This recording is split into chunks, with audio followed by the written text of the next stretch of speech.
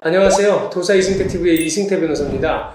오늘 제가 얘기 드리고 싶은 거는 차고송금이에요. 차고송금 예전에도 한번 했었거든요. 근데 오늘 또다시 얘기 드리는 이유가 차고송금을 반환받을 수 있는 그 제도가 7월 6일부터 시행됐습니다. 2021년 7월 6일로부터 시행이 됐는데 예금보험공사가 지원해 준다는 거예요. 그래서 자기 돈 들이지 않고 예금보험공사가 직접 나서 돈 받아주겠다. 그러니까 얼마나 좋은 제도입니까? 사실 그 차고송금이 발생을 하게 되면 내가 다른 사람 계좌로 돈을 잘못 넣었잖아요. 근데 그 돈 받은 사람이 이거 쓰면 원칙적으로는 횡령죄예요. 그리고 또 하나는 민사상으로는 부당이득 반환 청구 소송을 제기해서 반환을 받아야 되는 거거든요.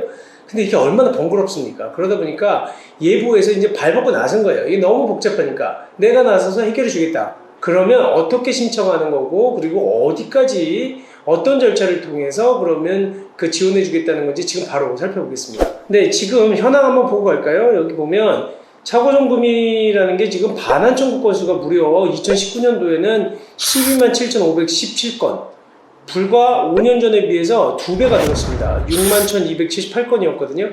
이렇게 차고 반환이 지금 반환 청구 건수가 늘어나는 이유가 뭐 때문에 그러냐면 우리가 인터넷 뱅킹을 너무 많이 하잖아요. 그러다 보니까 예전에 비해서 차고 송금이 굉장히 많이 늘어나는 거예요. 옛날에는 뭐 자기가 직접 쓰고 가서 눈으로 계좌 확인하고 넣으니까 이런 일이 없었거든요. 근데 이 중에서 또 반환 청구 금액도 무려 지금 5년 전에 비해서 상당한 부분 늘었어요. 그 반환 청구 절차를 좀 알아보면요. 먼저 차고 송금했다 그러면 내가 송금을 부탁했던 그 은행에다 전화하는 거예요. 그래서 잘못 보냈으니까 좀 말씀 좀 해달라고 하면 그 콜센터에서 그 수취인한테 수취인 계좌 쪽으로, 계좌 은행 쪽으로 연락을 합니다. 그래서 지금 잘못 보낸 부분이 있으니까 이 부분 당신네 그 계좌주한테 얘기해서 그 돌려줄지를 좀 물어봐 달라고 얘기를 해요. 그러면 원칙적으로는 양 은행에서 처리를 하는데 보통 뭐 수취인이 돌려주겠다라고 하면 바로 반환이 되지만 그렇지 않을 경우에는 이제 예보에서 직접 나서서 일을 해주는 거거든요.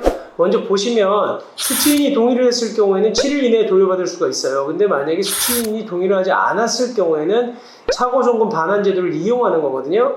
그래서 차고송금 반환 제도는 먼저 반환 지원 신청을 예금보험공사에다 하시는 겁니다. 인터넷이나 그 다음에 방문을 통해서 지원 신청을 접수하실 수가 있고요. 그러면 예보에서 다시 한번 그 차고송금 수취인한테 자진 반환을 권유합니다.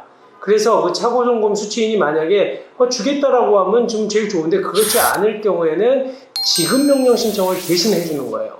그러니까 예전에 우리가 소송을 통해서 진행하던 거를 예보가 직접 자기가 그 지급명령 신청을 통해서 반환 청구를 하는 거거든요. 그래서 만약에 지급이 됐다, 그러니까 반환이 됐다라고 하면 반환 받은 돈에서 소송 비용들, 그러니까 인지대, 뭐 송달료라든지 이렇게 반환을 통해서 받기 위한 절차에 들어간 비용들을 제하고 나머지를 주는 거예요. 그러니까 굉장히 편해졌죠. 근데 그리고 이제 우리는 예전에는 직접 사실은 그 정보를 알 수가 없잖아요. 금융기관끼리 서로 통해서 수취인의 정보를 그냥 단순히 확인하는 거였고, 또 그러다 보니까 우리가 소송을 하려고 해도 차고송금을 수령한 사람의 주소, 그 다음에 이름, 주민등록번호 몰라요. 그렇기 때문에 소송 자체가 굉장히 곤란했거든요.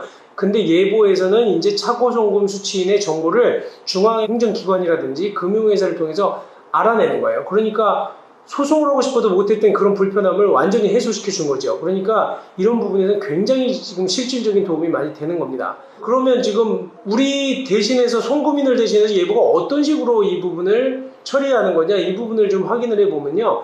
계약을 하는 거예요. 그러니까 실제적으로 내가 받을 채권을 매입하는 거예요. 예보가. 그래서 예보가 내가 청구하는 차고송금을 수령한 사람에게 청구할 수 있는 예금반환 청구권을 매입해서 그 매입한 청구권을 가지고 본인이 행사를 하는 거거든요. 근데 여기서 모든 경우에 다 지원이 되는 게 아닙니다. 반환 지원 대상이 있는데요. 이걸 보면 5만 원 이상 1천만 원 이하의 차고송금 건에 대해서만 됩니다. 그러니까 1천만 원을 초과하는 금액에 대해서는 차고송금 반환 대상이 되는 게 아니고요. 그 다음에 차고송금 반환 신청 기간은 차고송금일로부터 1년 이내에 신청해야 됩니다. 그러니까 1년이 지나도 안 된다는 거고, 또 하나 지금 여기가 대상은 금융회사 계좌, 그 다음에 또 간편송금업자의 선불전자 지급수단인 경우였거든요. 그러니까 예금계좌를 통해서 차고송금이 됐거나 토스, 카카오페이, 네이버페이 같은 그 선불전자 지급수단을 통해서 지급된 경우만 해당이 되는데, 근데 이 경우에도 만약에 그 예보가 수취인의 이름이나 주민등록번호를 알 수 없는 경우는 제외가 돼요. 그게 어떤 경우냐면 금융회사 계좌에서 송금을 했는데 그 간편정보 계정을 통해서 송금을 한 경우, 계정 자체가 간편정보 계정인 경우에는 반환 지원 대상이 되지 않는다는 거예요. 또 하나는 간편정보 계정에서 또 간편정보 계정으로 이체가 된 경우에도 안 된다는 거예요. 그러니까 만약에 금융회사 계정에서 금융회사 계좌로 이전 송금된 경우, 그 다음에 간편송금 계정에서 금융회사 계좌로 송금이 된 경우에는 가능하지만 수취인의 계좌가 간편송금 계좌인 경우에는 그 수취인의 주소나 이름을 알 수가 없기 때문에 모르겠다는 거예요.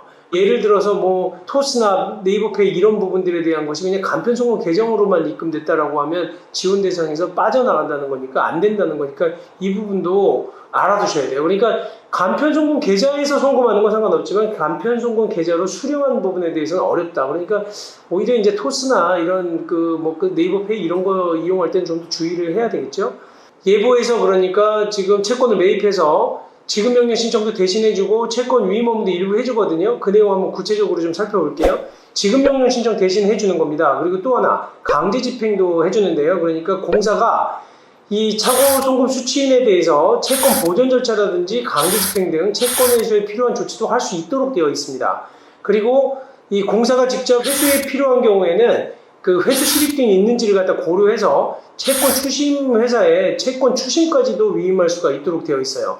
그리고 만약에 장기간에 걸쳐서 상당 기간이 지났는데도 불구하고 회수가 되지 않거나 회수되지 않을 가능성이 높다고 판단하는 경우에는 이제 결손 처분을 하거든요.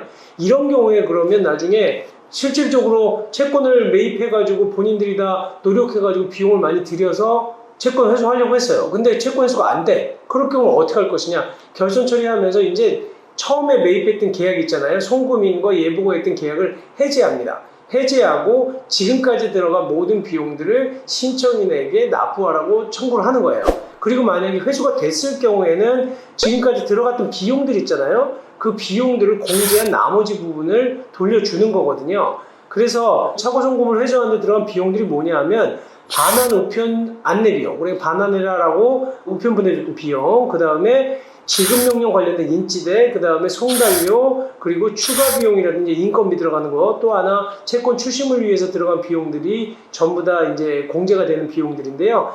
매입 채권의 한 10% 내외에서 이 정도 비용이 들어간다고 해요. 그러니까 이 부분 빼고 나머지는 전부 반환해 준다는 거고요. 그 다음에 또 하나 아셔야 될 거는 지급명령 신청을 했는데 그 수취인이 나 이거 지급명령에 이의 신청을 하는 경우가 있어요. 이의 신청을 하게 되면 이 지급명령은 다시 이제 본 소송으로 넘어가거든요. 근데 그 행위까지 대행해 주진 않아요. 그러니까 이의 신청이 되게 되면 이 지원제도는 거기서 종결이 되면서 매입계약을 해지하고 들어간 비용들에 대해선 송금인에게 다시 돈을 달라고 청구를 하게 되는 겁니다. 그러니까 예보에서 굉장히 많은 일을 해주지만 소송으로 가는 절차까지는 해주지 못한다는 겁니다. 그래서 그 부분에 대해서 정확하게 알아두시면 될 것 같고요. 그 다음에 소요기간은 신청 접수일로부터 약 한 달에서 2달 기간이 소요가 되고요. 경우에 따라서 뭐 2달이 넘는 경우도 있겠죠. 근데 기본적인 원칙은 2달 내에 지급하는 것을 원칙으로 하고 있습니다. 간단하게 얘기를 드렸는데 예보를 통해서 반환 지원 신청하기 굉장히 편하죠. 근데 대신 금액이 5만 원 이상에서 1천만 원 이하의 경우에만 지금 차고송금 지원 제도가 된다는 거고요. 그리고 또 모든 것들을 다 해줍니다. 뭐 채권 추진까지 해주지만 만약에 이의 신청이 돼서 지급 명령이 효력을 상실했다. 그래서 본안 소송으로 이전이 됐다고 하면 그때는 반환 제도를 지원해주지 않는다는 겁니다. 그리고 비용은 결국에는 이제 우리 송금인의 부담으로 되는 것인데 먼저 다 예보에서 부담하고 나중에 공제하거나 청구한다는 겁니다. 그러니까 기간도 한 달에 2달밖에 안 된다고 하니까 이 제도 많이 이용하시면 여태까지 불편 겪었던 것들에 대해서는 많이 해소가 될 수 있을 것 같습니다.